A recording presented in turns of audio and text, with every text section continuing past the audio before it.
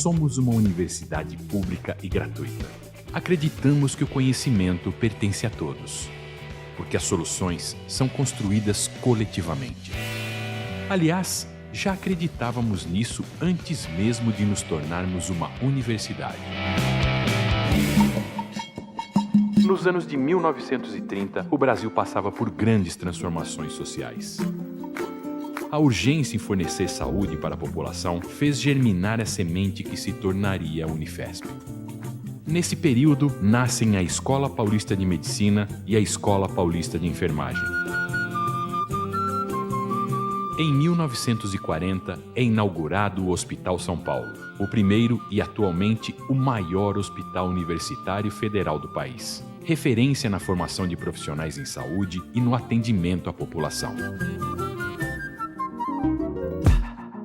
A excelência no ensino, na pesquisa e na assistência por meio de iniciativas como o Projeto Xingu e a Escola Paulistinha de Educação Infantil já demonstrava o compromisso social que viria a consolidar o sonho de ser universidade. 1994 marca o nascimento da Universidade Federal de São Paulo. É o ano em que nos tornamos uma universidade com a importante missão de defender e expandir a educação pública. Comprometidos com a qualidade e a democratização do ensino no Brasil, em pouco tempo nos tornamos uma universidade multicamp, presente no estado de São Paulo, com novos cursos em todas as áreas do saber. A Escola Paulista de Medicina e a Escola Paulista de Enfermagem estão estabelecidas no campus São Paulo. Na Baixada Santista, o Instituto de Saúde e Sociedade e o Instituto do Mar. Em Diadema, um dos maiores centros industriais do estado, encontra-se o Instituto de Ciências Ambientais, Químicas e Farmacêuticas. No campus Guarulhos, a Escola de Filosofia, Letras e Ciências Humanas. Compõe o Parque Tecnológico de São José dos Campos, o Instituto de Ciência e Tecnologia. Em Osasco, a Escola Paulista de Política, Economia e Negócios. No campus Zona Leste, em fase de implantação, está o Instituto das Cidades. Contamos ainda com a Unidade Avançada de Extensão Universitária em Santo Amaro. Além do ensino presencial, a Unifesp oferece cursos de graduação e pós-graduação à distância. São mais de 50 cursos de graduação em todas as áreas e 22 mil estudantes. Tão importante quanto manter a excelência no ensino é formar profissionais conscientes e comprometidos com a transformação social. Aliada à educação de qualidade, a pesquisa é fundamental para a produção de novos conhecimentos. Pesquisa na Unifesp é sinônimo de inovação e desenvolvimento.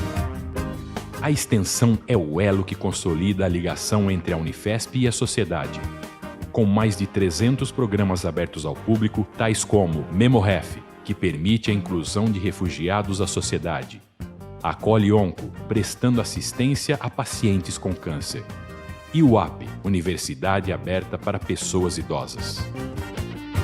A internacionalização também faz parte da nossa história. As parcerias com instituições de outros países têm proporcionado a mobilidade de professores e estudantes, bem como maior visibilidade da universidade no exterior. A nossa missão não estaria completa sem a permanente busca pela redução das desigualdades com respeito às diferenças. Por meio de ações afirmativas e programas de permanência estudantil, promovemos a inclusão e ampliamos o acesso à universidade. Chegamos juntos até aqui e continuaremos juntos porque acreditamos que a Unifesp deve ser para todos. Unifesp, Universidade Pública, Conhecimento Público.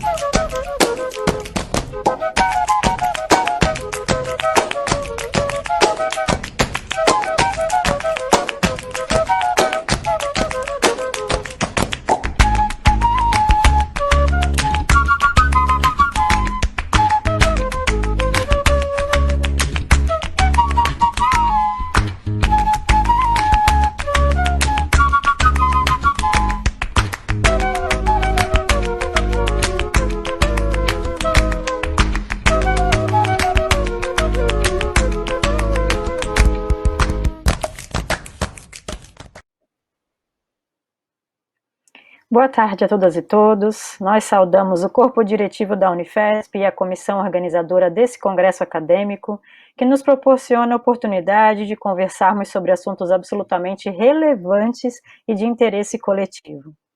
Sejam bem-vindos e bem-vindas à sessão 11, cujo tema é distanciamento social e saúde mental. Por quê, como e formas de manejo. Eu sou a professora Fernanda Gaspar do Amaral, do Departamento de Fisiologia da Unifesp, e para essa conversa nós temos a presença das professoras Débora Suchek, Sheila Cavalcante Caetano, Maria Inês Badaró Moreira, Ana Karen Antunes e Ana Regina Noto. Para uma breve introdução, é importante lembrarmos que nesses tempos de pandemia estamos mergulhados na necessidade de organização coletiva e trabalho em conjunto para o combate ao vírus. Por isso, é absolutamente necessário darmos também a devida atenção à saúde mental. O distanciamento social mostra-se fundamental à contenção da Covid-19, mas traz também a necessidade de ressignificação das nossas relações sociais, que agora são mediadas mais pela tecnologia do que pelo contato presencial. Nessa sessão, nós veremos como manejar essa nossa realidade e manter a nossa saúde. Então, para iniciar os nossos trabalhos dessa tarde, vamos convidar a primeira palestrante, a professora Débora Suchek, que é professora associada e livre do Departamento de Psicobiologia da Unifesp. Seja bem-vinda, professora Débora. Obrigada. Boa tarde a todos e todas. Eu gostaria de agradecer à comissão organizadora por ter aceitado a sugestão de incluir essa sessão no congresso acadêmico e as professoras participar dessa mesa.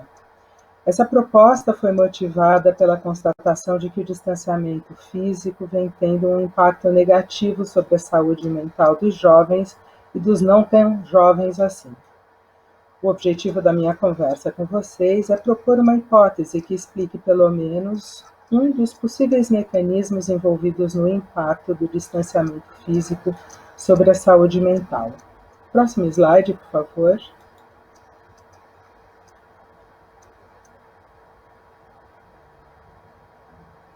Assim como várias outras espécies, nós, humanos, somos animais gregários, ou seja, vivemos em grupos sociais compostos por um grande número de indivíduos. Essa organização social traz muitas vantagens evolutivas, pois a vida em sociedade facilita a sobrevivência dos indivíduos e, consequentemente, a manutenção das espécies. Próximo, por favor. Esse convívio em grupo envolve o contato físico e social, que tem uma função super importante para o bem-estar. A neurociência social busca entender como as relações sociais influenciam a saúde mental. Próximo, por favor. A pandemia envolve privação de contato físico, e esse impedimento de nos tocar, de nos abraçar, é percebido por muitas pessoas como uma forma de estresse.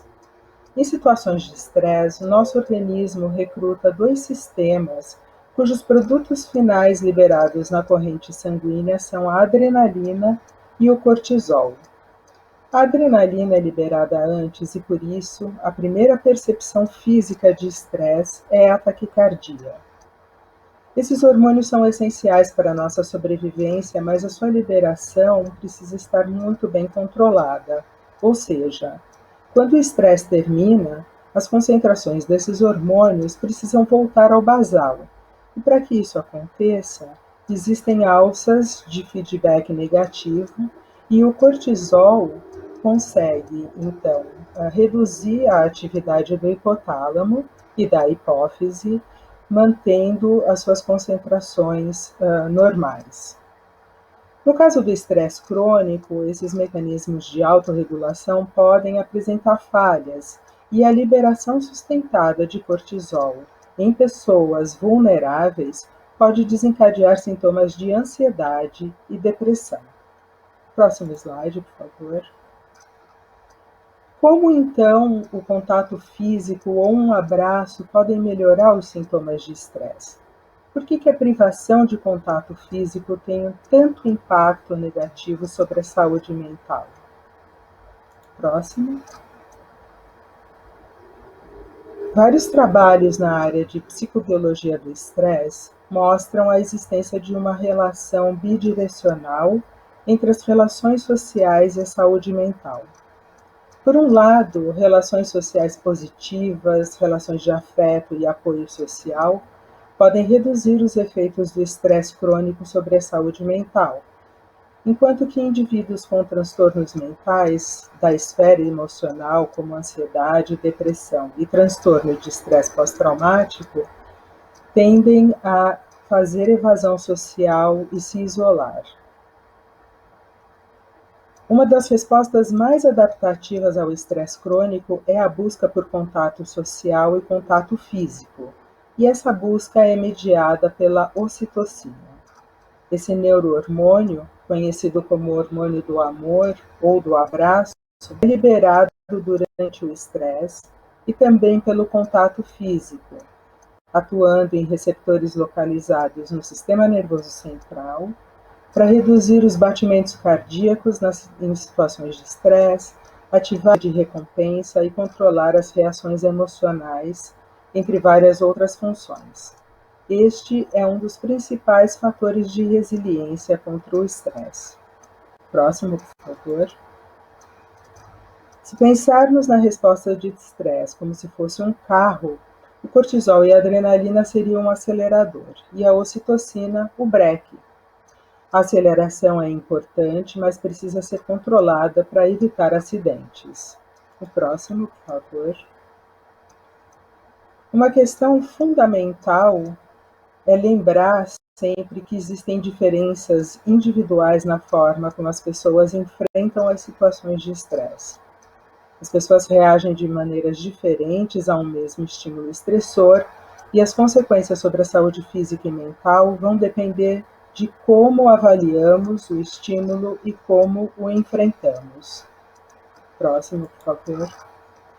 Essas diferenças individuais são determinadas pela relação entre a carga genética e a história de vida do indivíduo e influenciam como algumas estruturas do sistema nervoso central reagem ao estresse. No próximo slide, nós vemos uma dessas estruturas, que é a amígdala, responsável pela expressão de emoções. A amígdala está envolvida com a detecção de estímulos ameaçadores, reatividade ao estresse e memórias de eventos emocionais, principalmente os negativos. Próximo, por favor. Um estudo recente avaliou se o grau de reatividade da amígdala seria um preditor de ansiedade e depressão em estudantes universitários entre 18 e 22 anos, de ambos os sexos. Para isso, a ativação da amígdala desses jovens ao verem expressões faciais de raiva ou medo foi avaliada por ressonância magnética funcional e seguida a cada 3 meses do preenchimento de questionários sobre sintomas de ansiedade e depressão e ocorrência de eventos estressores. Próximo, por favor. Aqui nós podemos ver um exemplo de ativação, uma alta ativação da amígdala na ressonância magnética funcional, à esquerda, e à direita, uma menor atividade da amígdala. No próximo slide, nós vemos, então, os resultados desse estudo com voluntários que preencheram os formulários por pelo menos 1 ano. E nós podemos ver uma interação entre a ativação da amígdala 1 ano antes e o nível de estresse durante esse período sobre os sintomas de ansiedade e depressão, mostrando que a hiperatividade da amígdala em contexto de estresse é um preditor de ansiedade e depressão em adolescentes. Próximo, por favor. Estudos em roedores utilizando o isolamento social na infância ou na adolescência mostram aumento da ativação da amígdala dependente de corticosterona, que é o análogo ao cortisol em roedores. Somado a isso, o isolamento social aumenta comportamentos que são relevantes para o estudo da ansiedade e depressão, e a ocitocina consegue reverter todas essas alterações.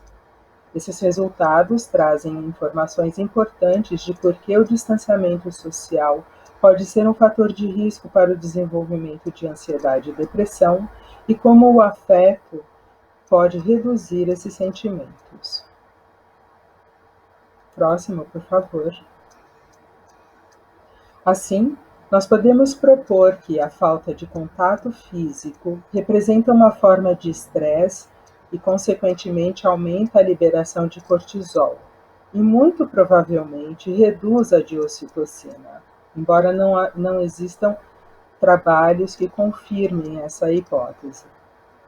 O desbalanço entre esses dois hormônios pode acarretar a hiperatividade da amígdala, que por si só pode ser um preditor de ansiedade e depressão em indivíduos vulneráveis. Gostaria de agradecer, então, o meu grupo, o grupo de estudos da neurobiologia do estresse e suas desordens, os alunos que atualmente compõem esse grupo, e as agências de fomento que permitem a condução dos nossos estudos. O próximo, por favor. Eu agradeço a atenção de todos. Próximo, por favor. Muito obrigada.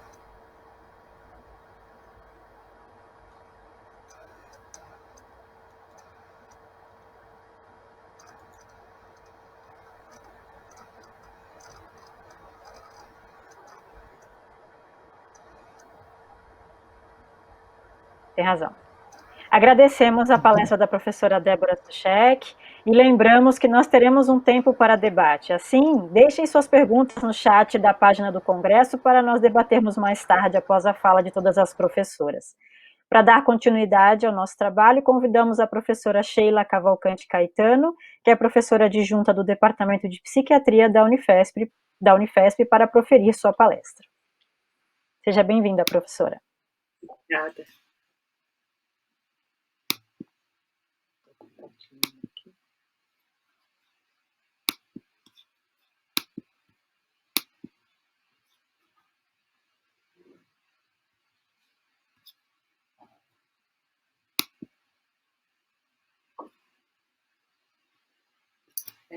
Está compartilhando agora? Obrigada. Gostaria de agradecer à comissão organizadora desse congresso acadêmico e principalmente às demais professoras da mesa por esse convite. Acho que é um momento muito crítico para a gente pensar principalmente na saúde mental e o que está acontecendo com essas crianças e jovens, né? Para falar do jovem, eu vou abordar dois temas que tem a ver agora com o dia a dia deles, né? O primeiro trata-se do isolamento social, né? O que isso está causando nos jovens, né? E jovens, crianças e adolescentes, e o ensino à distância. Repetindo o que a professora Débora disse, né? O ser humano é um ser social, né? O contato ele é estruturante na vida psíquica, né? E principalmente do jovem, que ainda precisa de modelos, né?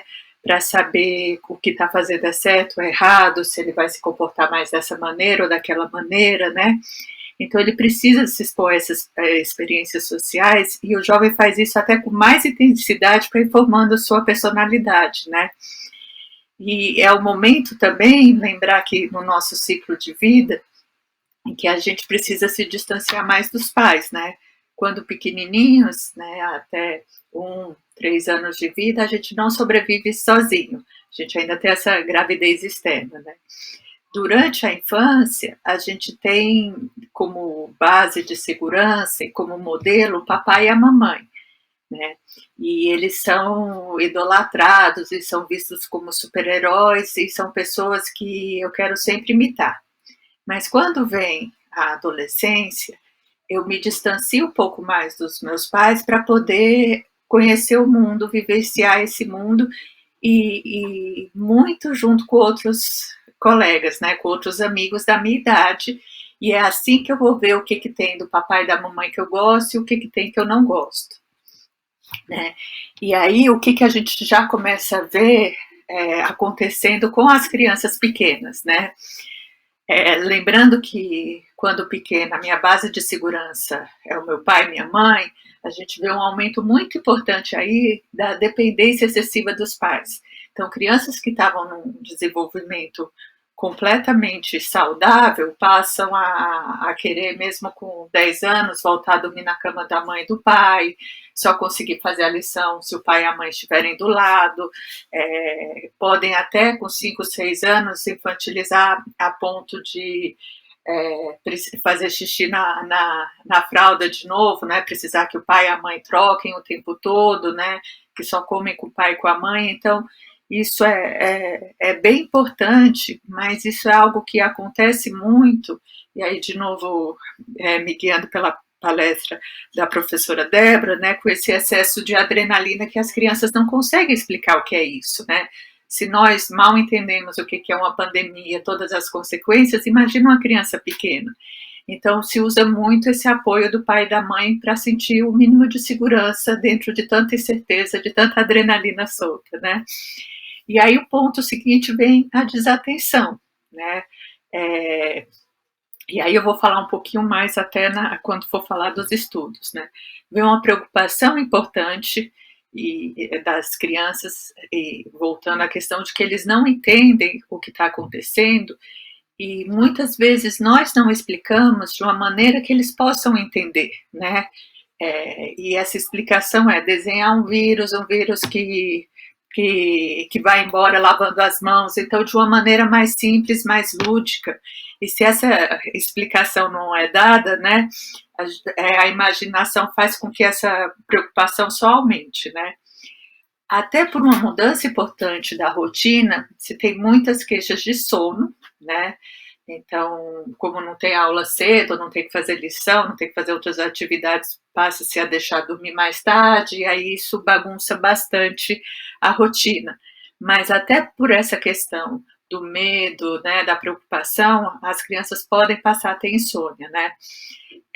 Se tem tanto a criança ansiosa aumentando o apetite, mas de muita preocupação, crianças que estão diminuindo o apetite, né, muito preocupadas. Muitos pesadelos, né, que é essa questão de como estão lidando com tudo isso, né? E as crianças com desconforto e agitação, que depois teremos outra palestra sobre isso, mas a questão muito importante dessas crianças não estarem fazendo atividade física, né? Então, essa energia não tem onde gastar ainda mais uma energia excessiva por tanta preocupação, por tanta ansiedade.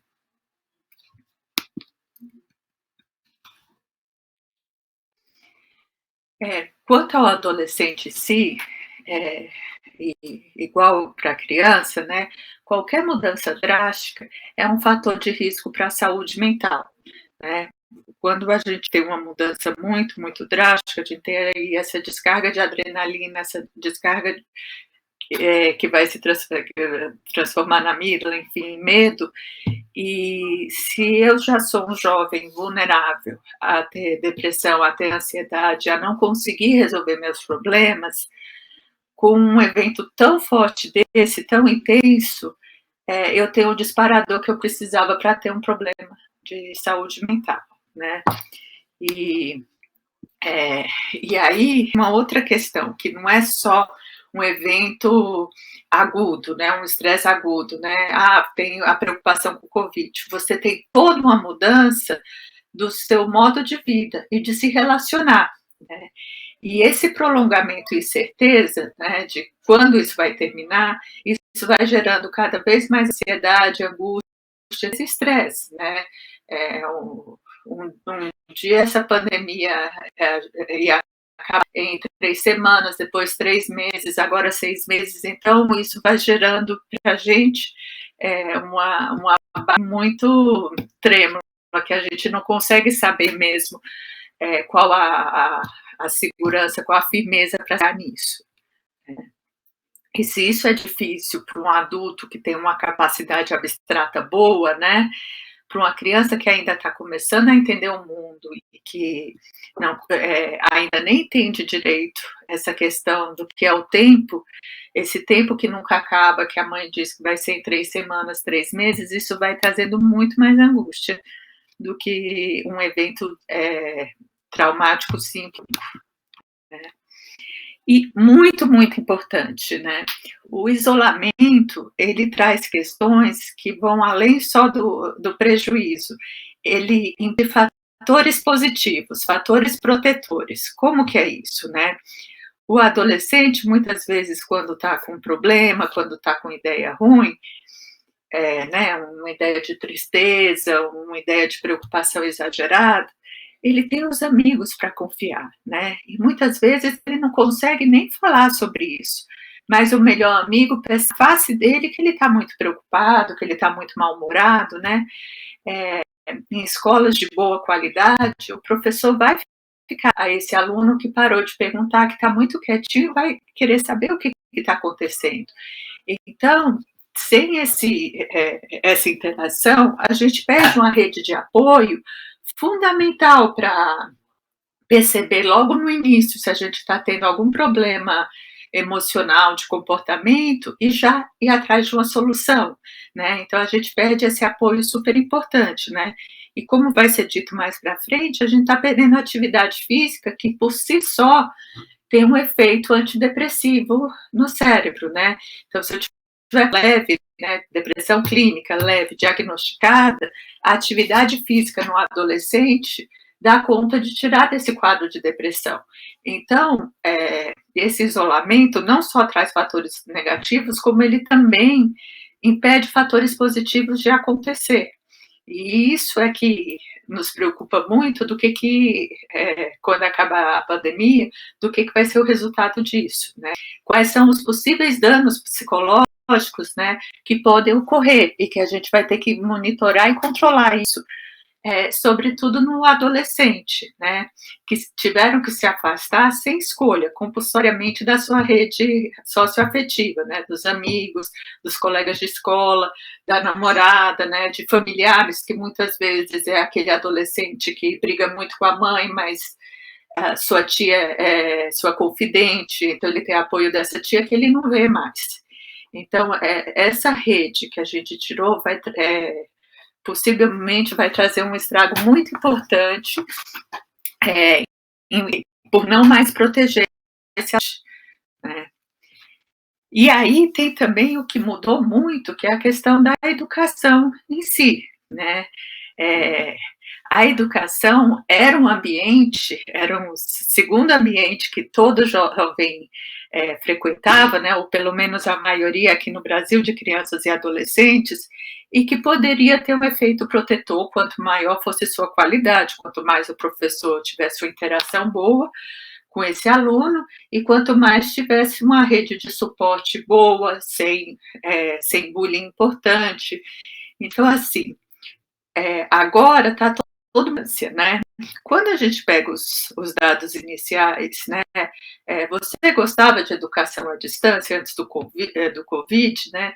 Existe uma satisfação muito, muito alta no uso de ensino à distância, né? Mas a gente tem que lembrar que era uma opção, né? Na maioria das vezes, eu tinha até disponível um curso à distância e um curso presencial, né? E mesmo que eu só tivesse aquele curso à distância, né, eu mantinha o contato social por outros meios. Eu podia combinar com aquela turma do curso de tomar um sorvete, de sair para encontrar, tomar um suco, enfim, eu tinha outras maneiras de manter esse contato social. Então, a educação à distância antes era muito apreciada por essas coisas, né? Agora, com a pandemia, o que se pensa, né?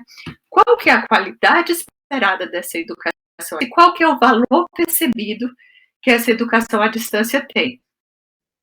Fica muito complexo, porque o valor percebido, se a gente transpõe o que é a educação, né, presencial, não é possível.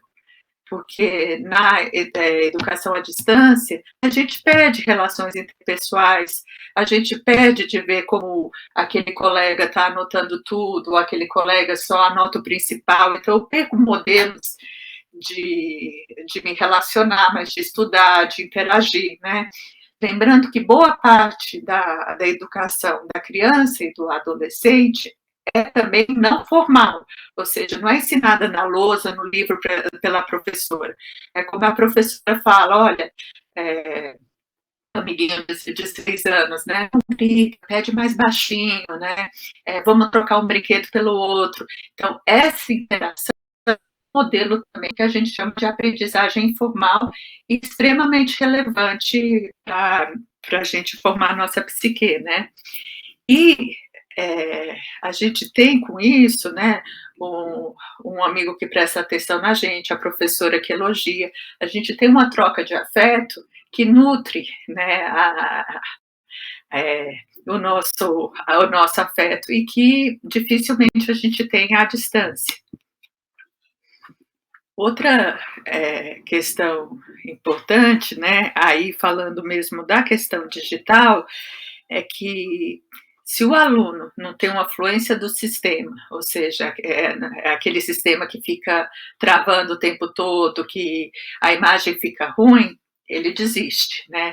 Se não tem um conteúdo visual que realmente chame a atenção, o aluno também desiste, porque é muito difícil prestar atenção em algo que pelo menos não seja chamativo, que não seja belo, né?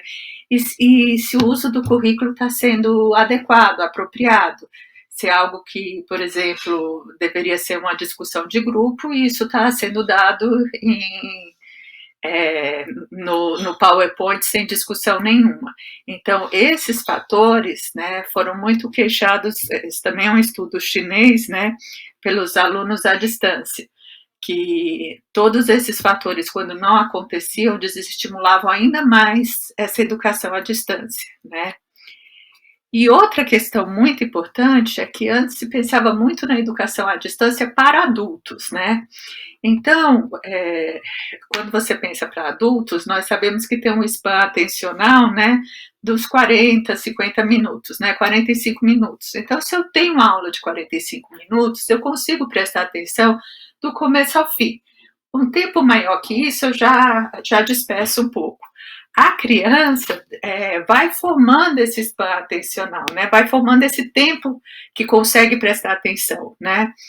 Quando ela começa a alfabetização, né, ela está com span atencional de 10, 20 minutos. E isso vai subindo, né, de 20 minutos para 30 minutos, para 40 minutos, até alcançar o máximo. Então, não é possível dar uma aula para uma criança de 7 anos, segundo ano escolar, de 45 minutos. Essa criança, né, na metade da aula, não consegue mais prestar atenção. Mas não é porque não está atrativo, não é porque a internet caiu, não é porque o conteúdo não está adequado, não está atraente. É porque eu só tenho atenção mesmo esses 20 minutos. Né?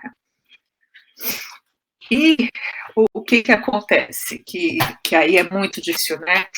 E quanto menor for, mais isso é um fator que você nem consegue explicar, né? Você não tem a interação como gostaria que tivesse. Então, quanto mais eu tenho uma aula à distância, em que essas aulas são gravadas, né? Que elas não permitem troca, em que eu não pergunto, João, o que você está achando dessa figura? Maria, você achou isso melhor ou pior que o João? Enfim, quando eu não tenho essa interação, eu não tenho um mínimo aí de uma troca. Então, essa aula fica muito, muito difícil de prestar atenção. E quanto menor for a criança, mais difícil ainda é. Então, assim, a educação à distância, que são gravações, né, elas estão cobrindo o que é possível, mas nem de longe elas têm uma qualidade que deveria, né? Uma criança de 8 anos assistir 45 minutos de uma aula de matemática sem interação nenhuma, ela a grande probabilidade aí é que ela não vai conseguir, de fato, aprender como seria na sala de aula, com interação, com estímulo. Professora Sheila, você me ouve? Oi? Sim? Oi, professora, a gente precisa concluir a sua fala por causa do tempo, tá bom? Não, estou concluindo. Então, era isso, eu gostaria de agradecer e dizer que esse dica.unifesp@gmail é o nosso serviço de psiquiatria da infância e adolescência que está disponível para quem quiser da casa e conhecer. Obrigada. Muito obrigada, professora Sheila, pela fala. Lembramos que nós estamos coletando as perguntas do chat para discutirmos mais para frente e gostaríamos de convidar a professora Maria Inês Badaró Moreira, que é professora associada do Instituto de Saúde e Sociedade da Unifesp, para agora proferir sua palestra. Seja bem-vinda, professora. Boa tarde a todas, componentes dessa mesa. Agradeço a Débora o convite, agradeço muito estar aqui hoje. Minha fala, então, vai no sentido de pensar a vida dos jovens, né? Vivências de isolamento no contexto de pandemia e repercussões para a saúde mental para os jovens. E nesse sentido, eu venho então falar um pouco sobre a necessidade de se pesquisar os efeitos e repercussões dessas medidas de isolamento social na saúde mental de jovens, ainda precisam ser melhor conhecidos e também debatidos, né? As repercussões foram observadas em surtos de pandemias anteriores, na China, no Canadá e também em 2014 em países da África Ocidental. Estas pesquisas, elas indicam efeitos da pós-crise, ou seja, após esse momento de isolamento e pandemia, essas pesquisas indicam, sim, que houve severos comprometimentos à saúde mental dos jovens. E se isso foi no passado, nada se compara a isso que nós estamos vivendo nessa pandemia atual. Quais são as repercussões, então? Estudos realizados indicam, então, que os transtornos mentais mais comuns desencadeados nessa pós-quarentena foram transtornos de ansiedade e os transtornos de depressão. Outros também podem ser agravados, além dos transtornos graves que podem ser desencadeados aqueles que ainda não têm. Essa situação é vivenciada com uma carga elevada de experiências e emoções negativas, que suscitam, sim, necessidades de cuidados psicológicos constantes. Então, é nesse contexto, né, que a universidade se coloca para pensar. Nesse momento, então, há necessidade de investigar essas questões relativas à saúde mental dos jovens, né? Ainda nesse momento que nós estamos vivendo, que é considerado um momento agudo ou também um momento intracrise. O estado psicológico saudável, aquele que nós consideramos saudável, o estado psicológico saudável conhecido pelos jovens anterior a essa situação pandêmica, né, está sendo desafiado todos os dias pela própria adversidade que tomou a vida dos jovens. Então, a gente tem respostas de organismos internacionais a essa situação, a própria Organização Mundial de Saúde, ela apresentou um documento, né, de ações, quais são as ações ou as intervenções necessárias para este momento. Assim também, a Organização Pan-Americana de Saúde, ela propôs um guia de intervenções humanitárias para este momento, entendendo que esse momento ele vai repercutir por longo prazo. Também o Centro Europeu, a União Europeia, né, de Prevenção e Promoção de Cuidados em Saúde Mental, tem debruçado fortemente para entender o que está acontecendo, para produzir respostas. O IASC também, ele trouxe um documento importantíssimo que orienta, é um guia preliminar de como lidar com esses aspectos psicossociais na saúde mental referente ao surto do Covid. Esses documentos, eles, na verdade, eles orientam, né, eles indicam um caminho a seguir a partir de uma compreensão dessa situação atual. Nós vamos tomar, então, com compreensão agora, para a gente poder desenvolver nosso tema, o sofrimento psíquico na vida humana, né, no cotidiano dessas pessoas. Como que o sofrimento psíquico ele vai apresentar às pessoas no cotidiano? Vai apresentar justamente nesse corpo social que se apresenta. O sofrimento psíquico ele vai se repercutir nisso que somos nós. Portanto, ele vai repercutir em algumas dimensões de nossa vida. É daí que a gente parte, então, para compreender como que a gente pode intervir. toda pessoa, ela tem um projeto futuro.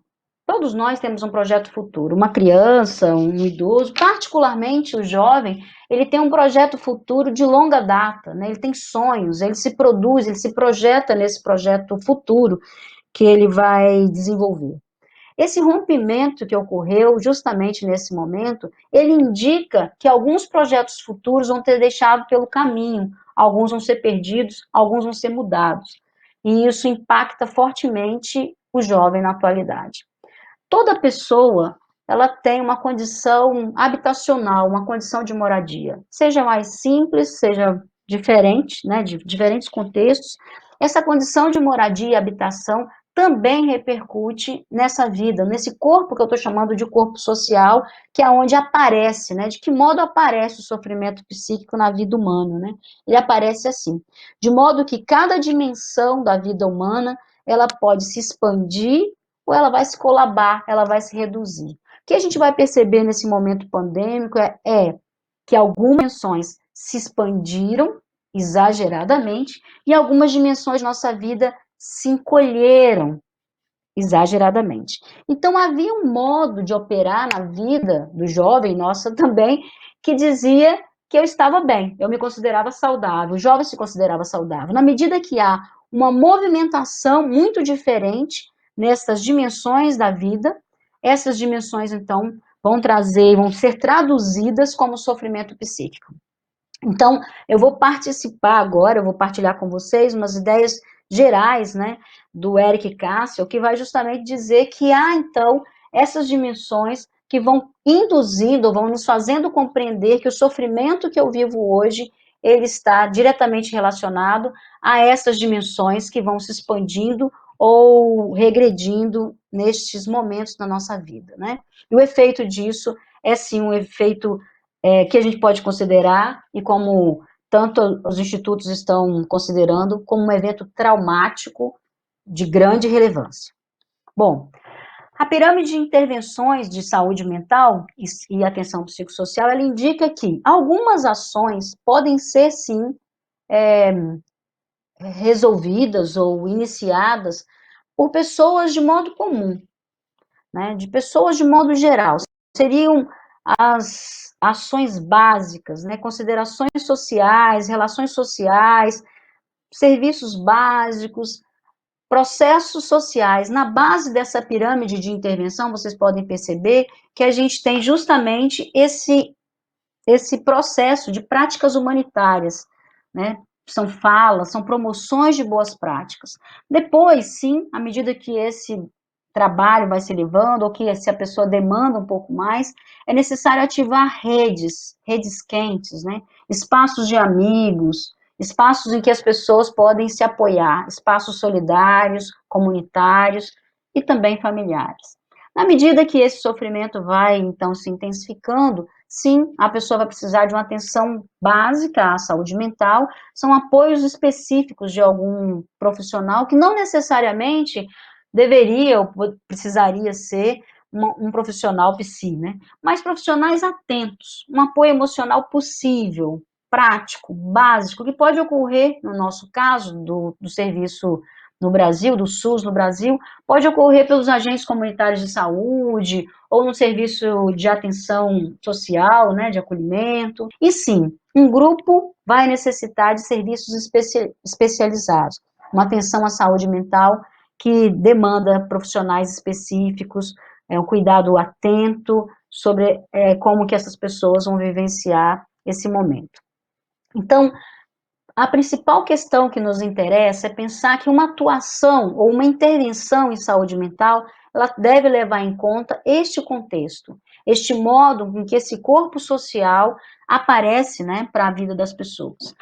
Então, seria uma pergunta assim, olha, fora do surto de Covid, quais são os dilemas que essa pessoa já vivia anteriormente? Quais eram os dilemas pré-existentes que são, claramente, eles vão se colocar mais evidenciados nesse momento? Essa é uma pergunta de ponto de partida para a gente compreender uma intervenção em saúde mental, né? Será que estes problemas que hoje apresentam, esses dilemas, esses desafios atuais, podem ser separados da vida dessa pessoa? Então, uma questão primordial, pelo menos pela atenção psicossocial, o modo que a gente está compreendendo a intervenção possível neste momento, seria uma análise de território em que essa pessoa vive. Quais são as condições que essa pessoa vive? Seja os níveis de serviços, equipamentos, mas não somente. Onde é que essa pessoa está e como que isso acontece? Que tipo de rede hoje essa pessoa tem, ela pode acessar? Nós vamos sempre considerar essas redes como os fluxos de vida, né? São redes que a gente pode considerar redes quentes, que colocam essa pessoa em contato lá fora, ainda que pelo mecanismo do computador, do celular, são essas redes potentes. Quais redes existem para essas pessoas? Bom, foi com essas perguntas que nós ofertamos uma unidade curricular optativa agora, no momento emergencial, chamada Saúde Mental, Desafios da Atenção Psicossocial em Tempos de Covid. E foi nesse momento, a partir dessas reflexões com os estudantes de diferentes cursos da Unifesp, que começou, então, a impulsionar algumas perguntas. Eram jovens que estavam trazendo, então, algumas perguntas.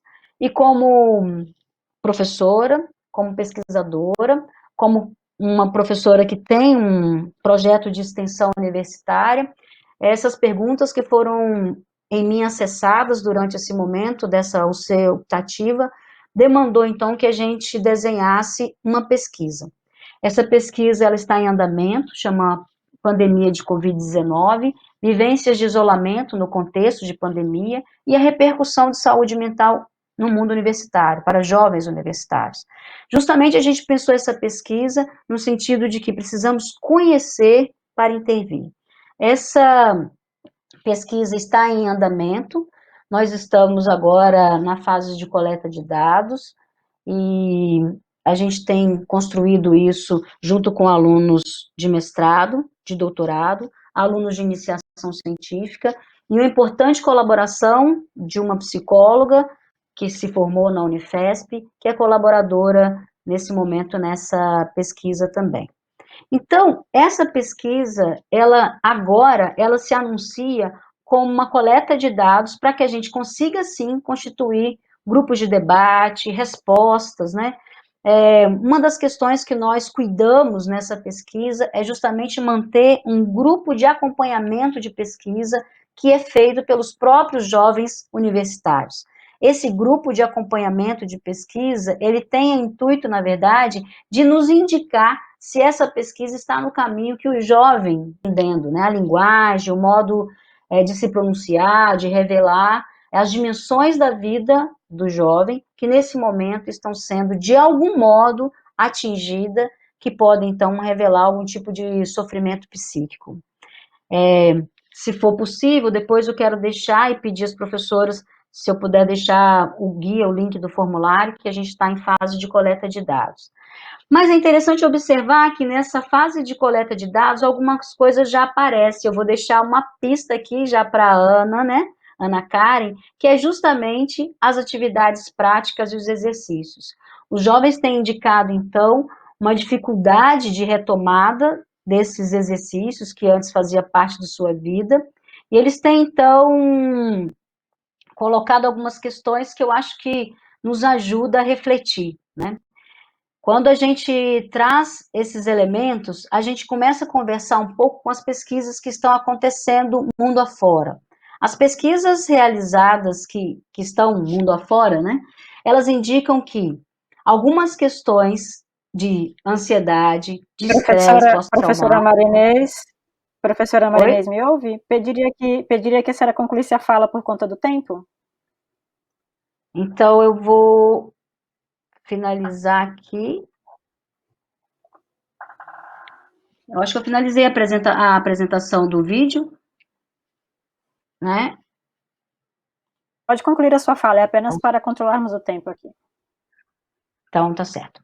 Então, para finalizar, eu quero indicar que aqueles que vivenciam sofrimentos psíquicos pré-existentes passam a sofrer ainda mais pela limitação de interações interpessoais que são centrais para o cuidado.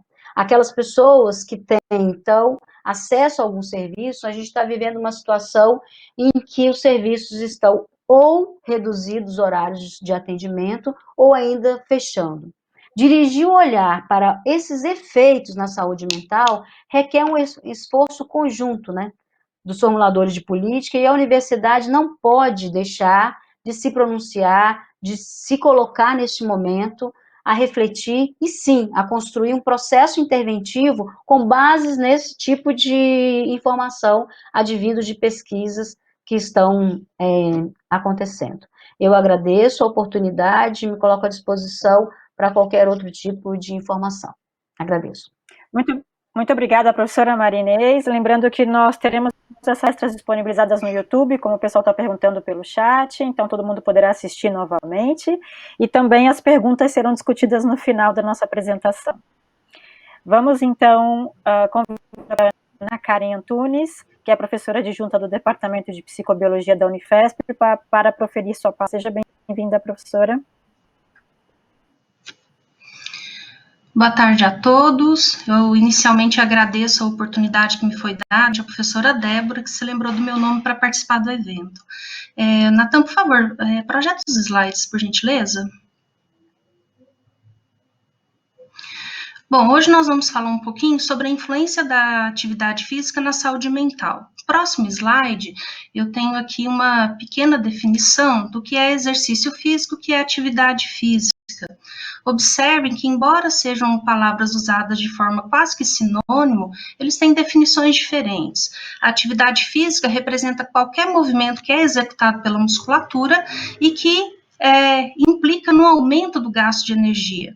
Por outro lado, o exercício físico é uma atividade intencional, regular, sistematizada, cujo objetivo é o aumento ou a manutenção da aptidão física. No próximo slide, nós vamos ver que existem diferentes documentos. O próximo, por favor. No próximo slide, então, nesse slide nós vamos ver que existem diferentes documentos que estão relacionados à organização e da prescrição do exercício físico. De forma geral, todos esses documentos, essas normativas, elas estão relacionadas aos benefícios que o exercício físico pode proporcionar. Esses benefícios, eles estão altamente relacionados com melhoras do sistema cardiorrespiratório, melhora do sistema muscular e também com melhora e implicação e também colocando junto aí exercícios que são, por exemplo, realizados em termos de flexibilidade. Os benefícios associados à prática regular do exercício físico proporcionam modificações tanto num contexto agudo quanto num contexto crônico. O próximo slide, nós podemos ver que a realização tanto do exercício físico aeróbio quanto do exercício físico resistido, ambos conseguem sim proporcionar inúmeros benefícios. No entanto, é curioso ressaltar que esses benefícios são percebidos por meio de mecanismos que são distintos. Curiosamente, tanto o exercício aeróbio quanto o exercício físico resistido são capazes de ativar uma série de proteínas cujo papel ou liberação periférica consegue chegar ao sistema nervoso central, proporcionando processos como, por exemplo, a neurogênese e neuroproteção. No próximo slide, então, nós podemos verificar que, de fato, o exercício físico, ele consegue produzir uma série de benefícios e esses benefícios podem ser observados em 3 níveis. O próximo, por favor. Esses 3 níveis aos quais eu me refiro, eles vão gatilhar modificações celulares, alterações moleculares, mudanças sistêmicas e também mudanças comportamentais. A prática regular do exercício físico, ela está muito ou altamente relacionada ou intimamente relacionada com melhoras em termos de sono, com melhora em termos de humor, com cognição e também com alívio de dor. Curiosamente, tanto o exercício resistido quanto o exercício aeróbio são capazes de proporcionar benefícios no sistema nervoso central. Próximo slide, por favor. Esse trabalho que vai ser projetado, ele representa uma publicação muito curiosa que fez um levantamento a respeito das principais terapias que são utilizadas para tratamento de problemas relacionados à saúde mental, em especial a depressão. Nós podemos verificar no próximo slide que dessas terapias foram observadas ao todo 55. Dessas 55, elas foram elencadas e classificadas de acordo com seu nível de evidência. Em vermelho, nós podemos verificar quais dessas listas de alternativas, de terapias alternativas para o tratamento, por exemplo, da depressão, poderiam ser consideradas com nível alto de evidência. Observem que o exercício físico alcançou esse nível elevado de evidência. Isso fica muito claro no próximo slide, quando nós observarmos o que nós estamos vendo em termos de publicação científica a respeito. Veja, esse é um trabalho de revisão que considera uma meta-análise, uma revisão sistemática. E nesse estudo, os autores, eles fizeram um levantamento de um número bastante razoável de publicações acerca do tema, e quando comparado os benefícios e os efeitos do exercício físico, considerando pessoas que têm algum tipo de doença mental, especialmente a depressão, os autores encontraram, então, que os resultados são favoráveis à prática regular do exercício físico. No próximo slide, nós temos aqui a apresentação de um trabalho que foi publicado pelo nosso grupo de pesquisa. Nesse estudo, nós fizemos uma análise em uma amostra probabilística da população da cidade de São Paulo, e nesse momento, nesse estudo, nós investigamos pessoas que tinham entre 20 e 80 anos de idade, e num total de 1.042 voluntários. Os resultados, eles demonstraram que, comparado a indivíduos sedentários, os sujeitos que são praticantes de atividade física pelo menos 3 vezes por semana, eles foram protegidos em relação ao desenvolvimento de algum tipo de transtorno, seja ele ou de ansiedade ou de depressão. No próximo slide, nós temos um outro estudo bastante curioso que mostra um pouco dos efeitos benéficos da prática do exercício físico. Veja, no próximo slide nós temos os resultados desse estudo. Os autores, eles fizeram um trabalho cuja possibilidade de análise considerou um grupo que foi submetido a uma medicação apenas, um grupo que recebeu um tratamento, e esse tratamento foi feito por meio de exercício físico durante 16 semanas, e um outro grupo que teve a oportunidade de se exercitar e também recebeu medicação. Os resultados demonstraram que, quando comparado o grupo que recebeu a medicação, o grupo que fez só exercício físico e o grupo que fez as duas atividades de forma combinada, os efeitos em termos de diminuição dos scores de depressão foram basicamente os mesmos. Então, os autores concluíram que o exercício físico pode ser considerado como um tratamento antidepressivo e que o exercício físico foi tão eficaz quanto a medicação. Então, por tudo que foi comentado até o momento, nós podemos dizer no próximo slide que, de fato, o exercício físico ele é um remédio. O uso do exercício físico em termos de dose, de intensidade, de formato de execução, ele está muito relacionado com a capacidade individual, mas sim, ele produz benefícios do ponto de vista da saúde mental. Então, no próximo slide, nós podemos ver os benefícios psicobiológicos relacionados à prática do exercício. E dentre esses benefícios, além da melhora de qualidade de vida, de aumento da autoestima, de adoção de melhores hábitos, nós temos também um impacto bastante importante da prática regular da atividade física, que se refere a uma melhora no contexto do metabolismo cerebral. Então, veja, esta melhora neste contexto, ela pode ser justificada pelos diferentes benefícios centrais proporcionados pelo exercício físico.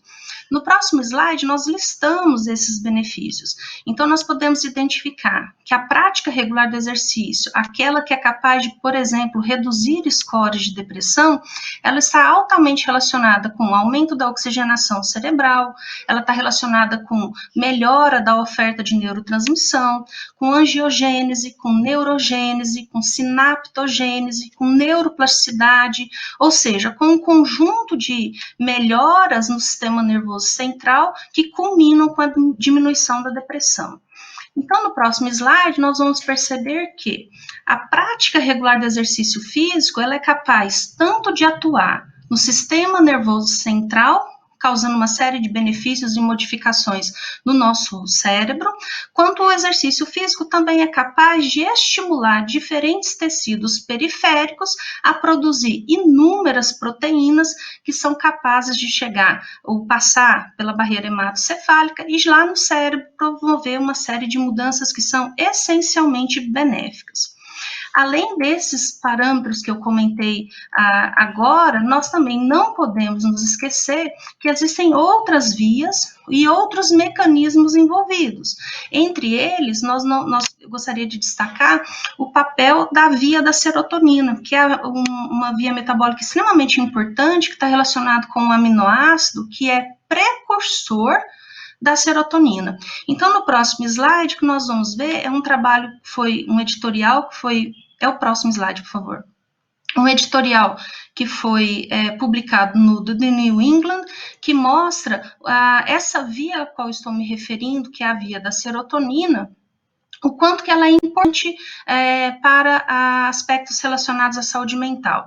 Então, veja, do lado esquerdo da tela, nós temos uma condição sem exercício físico, do lado direito da tela, nós temos uma condição com exercício físico. Do lado esquerdo, o que a gente vê é que a via da serotonina, que tem como precursor um aminoácido chamado serotonina, uma das vias, um dos caminhos metabólicos, é um intermediário que se chama quinorrenina. Curiosamente, sem exercício físico, a quinorrenina ela passa na barreira hematocefálica e quando ela chega lá no cérebro, ela produz uma série de metabólitos neuroativos e os resultados desse aumento desses metabólitos acaba diminuindo, por exemplo, a liberação de neurotrofinas e traz um processo bastante ruim para o sistema nervoso central. Por outro lado, do lado direito da tela, nós podemos ver que essa via do triptofano, numa situação de exercício físico, o exercício físico ativa diferentes proteínas, entre elas uma proteína bastante importante que se chama PGC1-alfa, que curiosamente ela metaboliza essa quinorrenina. E essa metabolização, ela gera um ácido chamado ácido quinorrênico, que curiosamente não consegue passar na barreira hematocefálica, e aqueles produtos ruins, metabólitos neuroativos considerados ruins, eles acabam não chegando ao sistema nervoso central. Então, esse também é uma via, é um mecanismo importante de proteção proporcionado pelo exercício físico. O próximo slide, por favor. Então, por tudo que foi dito até o momento, em termos de benefício, e aí se nós pensarmos em tempos de Covid, em tempos de distanciamento social, nós temos inúmeras evidências científicas que demonstram que a atividade física regular, ela consegue sim proporcionar inúmeros benefícios. Então, por tudo que foi dito até o momento, atividade física 1, transtorno mental 0. O próximo slide, por favor. Bom, baseado em tudo que foi mencionado, mesmo que de forma bastante rápida, nós temos aqui algumas mensagens para levar para casa. A primeira, atividade física e o exercício físico podem e devem ser implantados ou implementados como estratégia para melhorar a saúde mental. Esse é algo fundamental. No momento em que vivemos hoje, em que o distanciamento social é fundamental, em que nós precisamos ficar em casa, fazer atividade física ou fazer exercício físico em casa, é um ponto bastante importante e pode auxiliar na manutenção da nossa saúde mental. Os exercícios aeróbios, como caminhada, corrida, ciclismo, benéficos. Os exercícios resistidos, como, por exemplo, trabalhos que envolvem força, que envolvem potência, também são benéficos. E o profissional de educação física tem uma formação e uma expertise para auxiliar a executar a prescrição dessa atividade. E, claro, nós não podemos esquecer que ações sempre interdisciplinares e multiprofissionais são desejáveis. O próximo, por favor. Eu finalizo a minha fala agradecendo novamente à professora Débora Suchek pela oportunidade, pela lembrança do meu nome para participar desse evento. Aproveito também para cumprimentar os colegas que montaram o congresso, e a professora Fernanda que está mediando todas as atividades, e cumprimentar os colegas pela oportunidade. Muito obrigada. Muito obrigada, professora Hanna, pelas suas palavras. Lembrando o pessoal do chat do site do Congresso que nós estamos juntando as perguntas para serem discutidas logo a pouco, depois da palestra da professora Ana, que será a última desse bloco, e infelizmente é pouco tempo mesmo para cada uma, mas a gente tem que fazer com que ele seja respeitado para podermos contemplar as perguntas de vocês lá no chat, tá bom? Sem mais delongas, professora Ana Regina, que é professora adjunta do Departamento de Psicobiologia da Unifesp, seja bem-vinda, gostaríamos de chamá-la para a sua fala. Gostaria de agradecer, então, o convite para a participação dessa mesa e já peço para disponibilizar a apresentação de PowerPoint.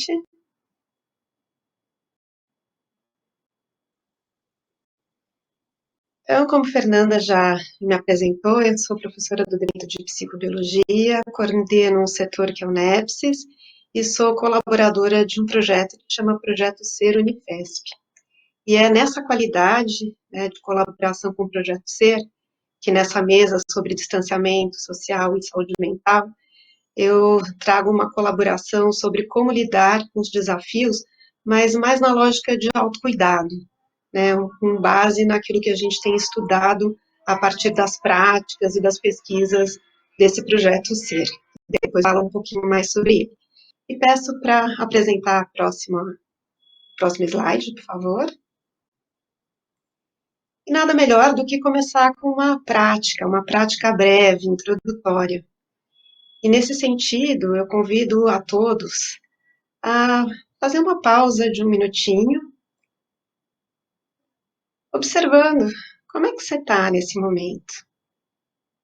Talvez entrando em contato com as suas sensações físicas, se tem alguma dor, coceira.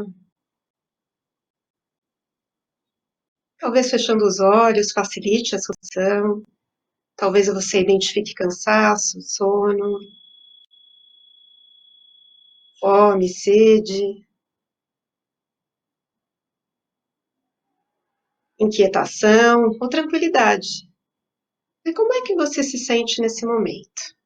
Então, fazendo uma checagem, talvez por alguns instantes, observando a sua respiração, fazendo uma ou duas respirações mais profundas, se perguntando, né, o que eu observo comigo nesse momento? Né, trazendo curiosidade para sensações, emoções, pensamentos, talvez se perguntando, o que eu posso oferecer de autocuidado para mim nesse momento? Então, às vezes, endireitando uma postura, né, ou tomando um copo de água, ou espreguiçando um pouquinho. Né, essa prática breve, ela pode parecer tão simples, mas ela é fundamental. Aprender a fazer isso várias vezes ao longo do dia. Né, essa observação constante, ela nos coloca em contato com vários cuidados que nós podemos oferecer e que nos ajudam muito a lidar com os diferentes desafios da vida, em especial quando a gente está diante de uma pandemia, né, e de um distanciamento social dessa magnitude. Então, eu peço para passar a próximo slide, por favor. Né, e queria começar agradecendo os pós-graduandos do Departamento de Psicobiologia, em especial os que estão aqui listados, e eles trouxeram várias contribuições que eu vou apresentar ao longo da minha apresentação, e uma delas é um depoimento, né, desde o começo da pandemia, algumas coisas que anteriormente considerávamos normais foram se transformando paulatinamente em desafios. Então, esses desafios, eles foram se somando na nossa rotina. Pode passar ao próximo, por favor? E isso pode ser muito diferente de uma pessoa para outra. Então, no nosso grupo reflexivo, nós tínhamos uma pessoa de grupo de risco, né, com isolamento mais intenso, uma outra com filho de 7 anos, então tem toda uma questão de educação, né, em casa, outros morando sozinhos, com a família distante, e outros morando com a família, o que muitas vezes traz um aconchego, mas às vezes muitos desafios de relacionamento. O próximo, por favor. E esse distanciamento, ele não vem sozinho, né? Ele vem com várias questões familiares, seja do afastamento, seja do excesso de de proximidade, a gente tem uma modificação de rotina, né, tem a contaminação, as consequências da contaminação, o medo e as inseguranças em relação ao futuro. E óbvio que isso impacta a saúde mental, como já foi falado aqui pelas apresentações anteriores, pode próximo de diferentes formas, né? Então, o próximo, por favor. Então, a saúde mental, ela fica comprometida desde a parte cognitiva, então, dificuldade de atenção, motivação comprometida, humor oscilando, dificuldades em relação ao sono e agressividade. E, às vezes, isso pode vir junto e misturado, né? E a gente lida com isso. Pode passar o próximo, por favor. Então, uma das pessoas que estavam no grupo reflexivo comentou que as coisas começaram a melhorar quando ela começou a viver um dia de cada vez, né?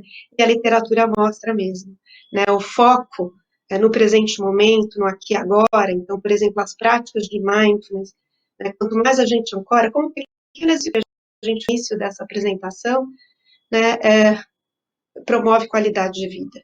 Né? O passado, a nossa história é muito importante, mas a qualidade de vida está muito relacionada ao foco que a gente coloca no aqui e agora, no cuidado que a gente oferece para a gente no aqui e agora, né? E também uma lógica de aceitação, né? De você reconhecer e aceitar os seus limites, né? Até onde a gente pode ir, e buscando ajuda sempre que possível e necessário.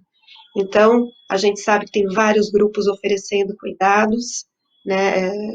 Em psicologia, trabalho voluntário, gratuito, então é importante a gente saber a hora de pedir ajuda, né, de não tentar resolver tudo sozinho, mas contar com uma rede de apoio, né, de serviços de apoio. Pode passar o próximo, por favor.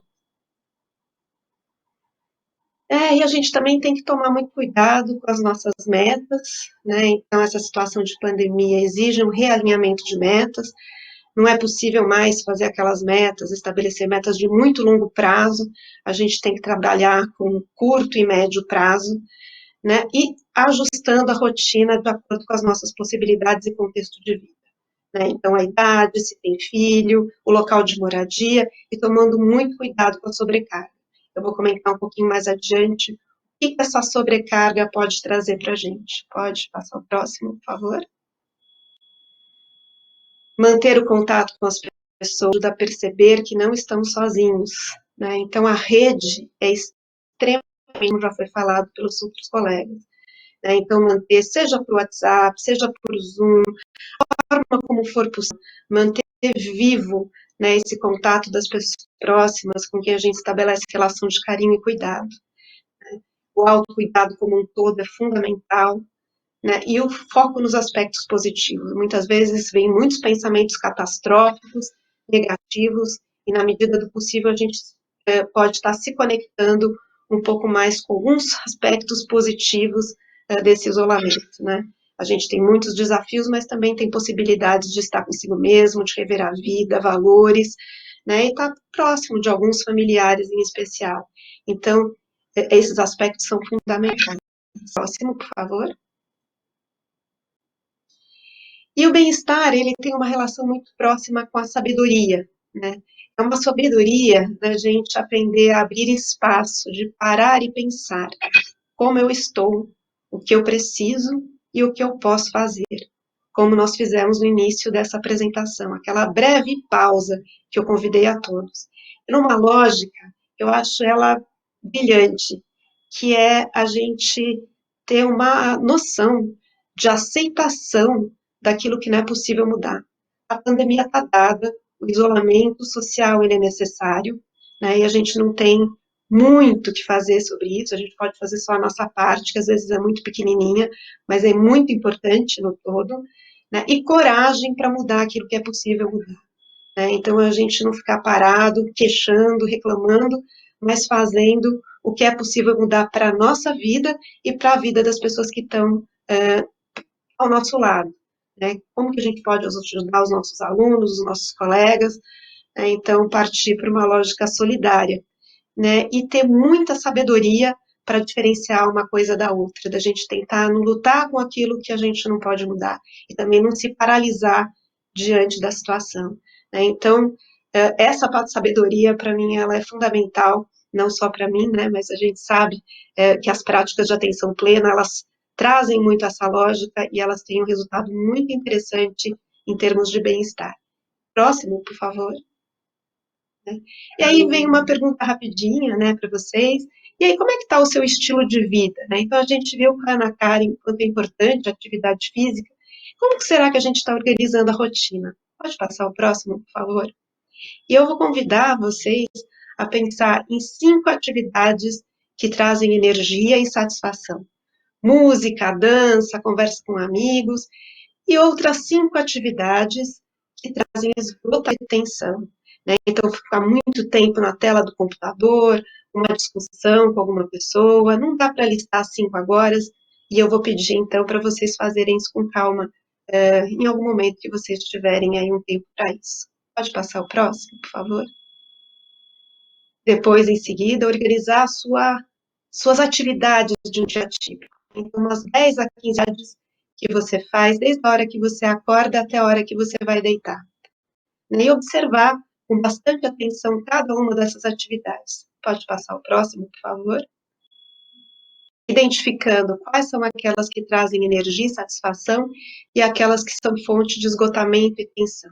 E vocês vão encontrar coisas curiosas, como, por exemplo, algumas, como ler um livro, pode ser muito energizante, né, ou muito, desgastar muito, dependendo do tipo de leitura, do contexto e da forma como a gente se relaciona com a leitura. Então, a forma como a gente se relaciona com as atividades é um aspecto bastante importante. Próximo, por favor. E a gente toma cuidado com o que a gente chama de funil de exaustão. Essa lógica de balanço entre atividades energizantes e desgastantes, ela é fundamental para manter a nossa energia. Se a gente ficar só com as atividades desgastantes, toda a saúde mental fica comprometida. Então, a gente tem que fazer um bom equilíbrio de todas essas atividades ao longo do dia, né, desde atividade física até autocuidados mínimos. E o próximo, por favor. E eu faria uma prática de encerramento, se tivesse um pouquinho mais de tempo, mas vai aqui uma perguntinha rápida, né, de como é que você está se sentindo nesse momento, né, talvez tenha piorado ou melhorado algumas das sensações inicialmente identificadas, sempre se perguntando, o que eu posso oferecer para me cuidar melhor? E o próximo e último, por favor. Fica aqui, né, todas essas práticas a gente trabalha no Projeto Ser, a gente oferece tanto práticas de yoga como meditação, as práticas que eu fiz, esses exercícios, são mais da atenção plena, do mindfulness, e tem uma base científica bastante importante em termos de bem-estar. Então, e fico aí com o convite para todo mundo que quiser participar do Projeto Ser, que os alunos que organizam, que tem um Instagram que chama ser.unifesp. Então, muito obrigada. Muito obrigada, professora Ana. Realmente é pouco tempo para tantas informações ricas que nós tivemos aqui nessa sessão. Eu quero agradecer a presença de todas e também a organização do Congresso que nos possibilitou essa fala tão rica nessa tarde. Infelizmente mesmo, de verdade, nós só temos 10 minutos para conversar. Eu vou passar para vocês um pouco do que nós coletamos no chat do Congresso. Muitas pessoas parabenizaram pela mesa, falaram que é um prazer ver uma mesa de mulheres falando sobre saúde mental, e realmente é um prazer, eu concordo com essa afirmação. Tem alguns comentários pontuais, vou colocar aqui, depois abrirei para cada uma dar uma fala curta final, de 1 a 2 minutinhos, para nós encerrarmos dentro do tempo. Então, muitos falaram, fico imaginando como deve ser difícil resumir em menos de 1 hora todo o conteúdo de saúde mental e depressão para o público em geral. Parabéns a todas as apresentadoras, realmente é um desafio, né? Assunto importantíssimo, durante essa quarentena entrei em diversas discussões, com meu colega de quarto, com os meus filhos, todo mundo relatando discussões na família, e o convívio em confinamento afeta a saúde mental, né? Muitas pessoas perguntando sobre a questão do que vai ser o depois, né, se esses danos causados por este estresse e esse momento poderão ser recuperados tardiamente, depois que tudo isso passar, seja lá quando isso acontecer, né? Outras questões abordaram o papel o aumento da violência doméstica nesse momento, também relacionado ao confinamento, ao distanciamento físico, a questão dos danos psicológicos nos jovens e nas crianças que estão privados do convívio escolar, como as professoras mencionaram anteriormente, e toda a carga que a educação à distância acaba trazendo para esse contexto familiar. Como organizar a rede de saúde mental para dar resposta a essa demanda, já que já existe tanta demanda aí que não consegue ser equacionada, né? E pensando no momento pós-quarentena, provavelmente nós teremos aí um aumento também da demanda. Sobre o exercício físico, antes da pandemia, as pessoas às vezes não percebiam que o exercício fazia tão bem. E agora, enquanto fazem exercício, percebem que isso realmente traz um alívio. E também algumas pessoas descreveram dificuldade para manter a regularidade, né? E em relação ao mindfulness, o pessoal adorou o exercício, né, um pouquinho de respiração, mas como conseguir motivação e organização em meio ao caos, porque realmente está difícil manter o foco mental, né. Então, nestes últimos 9 minutinhos, eu queria abrir realmente 1 minuto ou 2 para cada professora, começando pela professora Débora, por favor, suas considerações finais, professora.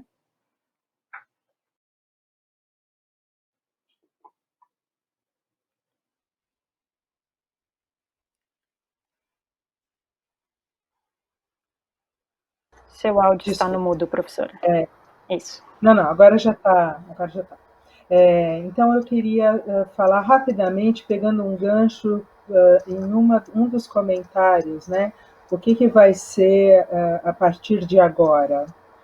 A partir de agora, eu sou muito otimista, né? Eu sou muito poliana e eu acho que esse período que nós já estamos passando na pandemia já trouxe muito aprendizado para muita gente. Nós já estamos nos habituando. O estresse, ele tem essa vantagem de trazer adaptações. E nós nos habituamos a essa situação e estamos desenvolvendo estratégias para lidar com ela da melhor maneira possível. E essas estratégias envolvem espontaneamente as pessoas estão buscando como fazer exercício em casa, pegando exercícios no YouTube. As pessoas estão lendo mais sobre mindfulness e meditação. Elas estão espontaneamente buscando alternativas e soluções para a situação. Eu quero só trazer mais uma possibilidade que tem a ver um pouco com o contato físico que eu comentei, que é façam automassagem. 10 minutinhos de massagem nos ombros e no pescoço vai trazer um alívio de estresse impressionante. Eu testei, funciona muito bem, e eu acho que quanto mais a gente se informar e quanto mais a gente puder transmitir para as pessoas as possibilidades, as infinitas possibilidades de autocuidado, menos impacto essas pessoas vão ter e elas vão buscar por si só, já com conhecimento básico, vão buscar por si só as alternativas. Então, agradeço muito a oportunidade, agradeço muito as colegas também que participaram da mesa. Obrigada. Excelente dica, professora Débora, muito obrigada. Professora Sheila, suas considerações finais. Foi um prazer nessa mesa e dentro do que foi comentado, né, muito importante para o retorno, assim que ele acontecer, é ampliar os fatores e os protetores, né? Então, desde a escola, nesse momento, ficar muito preocupada com trabalhar o socioemocional, com que ela se entenda o que está acontecendo, do que de uma vez o conteúdo que não foi antes, né? Voltar à sua atividade física, procurar, se não for possível se expressar tão bem verbalmente, se expressar por formas de arte, né? Da dança, do pintar, o que for, que isso é extremamente importante e que não está sendo bem valorizado na nossa cultura e é algo fundamental para a nossa saúde mental também. Né? Acho que muito na linha do que a professora Maria Inês falou, nós temos também uma questão de fake news, né? A gente tem que se preocupar e informar corretamente as crianças e os adolescentes, mas na linguagem deles, né? De forma lúdica para as crianças, dos adolescentes com os meios sociais que eles estão está usando, né? Porque a informação correta também nos dá tranquilidade. E acho que é isso. É isso aí, professora Sheila, muito obrigada. Professora Maria Inês, por favor, suas palavras finais. Eu agradeço, e minhas palavras no sentido dessa organização, né? Teve uma pergunta que me interessou bastante conversar, que é assim, né, como fica a organização dos serviços, né? Atenção psicossocial por conta dos serviços, né? Então, eu queria um pouco dirigir minha palavra nesse sentido, assim, os serviços, a maioria dos serviços restringiram horários, né? Entretanto, há um acúmulo de trabalho dos próprios profissionais no sentido de fazer monitoramento remoto por telefone, a gente tem acompanhado muitos trabalhadores do serviço de atenção psicossocial, cuidadosamente, fazendo essa ligação, monitorando, tentando conhecer, entrando na vida, como a Débora falou, alguns ganhos, algumas estratégias, né? Então, se ontem o trabalhador não fazia isso, ligar para a pessoa e entrar mais invadindo, né, o domicílio de um outro modo, então o trabalhador tem feito isso. A gente também percebe algumas importantes reações de pessoas que construindo grupos de apoio, né? Grupos de apoio que se comunicam por WhatsApp, existem serviços que estão fazendo plantão de madrugada, como um grupo de apoio de ajuda mútua, tem funcionado para casos graves, né? Então, isso também tem acontecido. A gente começa a perceber, eu falava lá um pouco, né, dessa rede quente, mobilizar essa rede afetiva, que é uma rede que nos proporciona algum tipo de conforto nesse momento. Também os serviços têm auxiliado com esse tipo de trabalho, que é um trabalho remoto, né? Então, é um pouco isso que eu queria falar, mais da organização do serviço, depois a gente pode continuar em outro momento.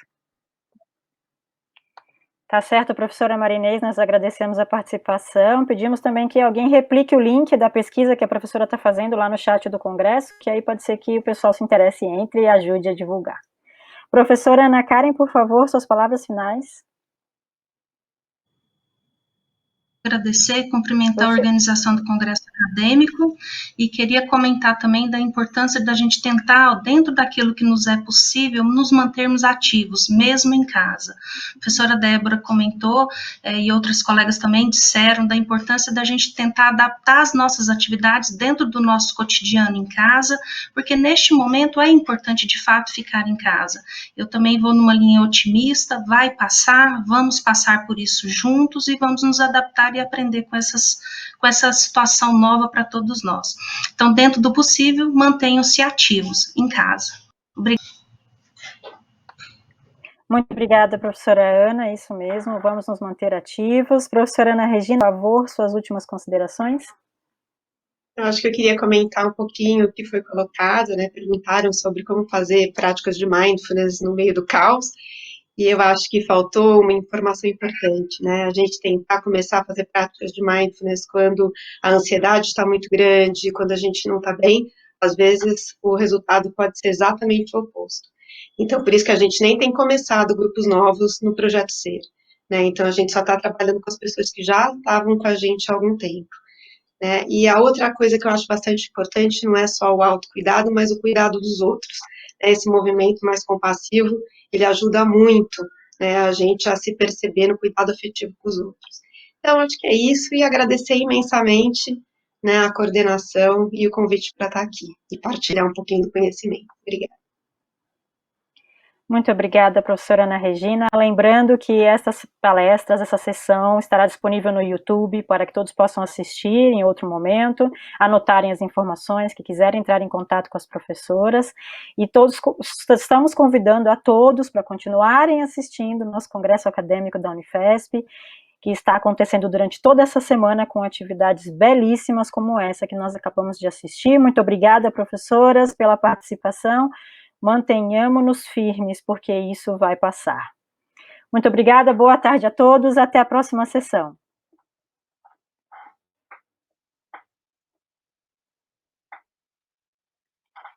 Ufa, 15h30. Achei que não ia dar.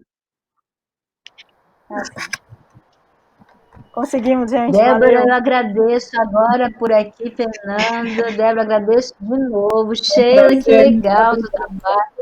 Ana, adorei esse tal ser, né? Nossa, eu também sou yogini, também faço yoga todos os dias. Ana, depois eu quero conversar com você sobre isso aí. Gente. Ai, sim, a Me gente faz com desculpem muito pelos carinho, junto cortes. com o pessoal da USP. Sim, será um prazer conversar.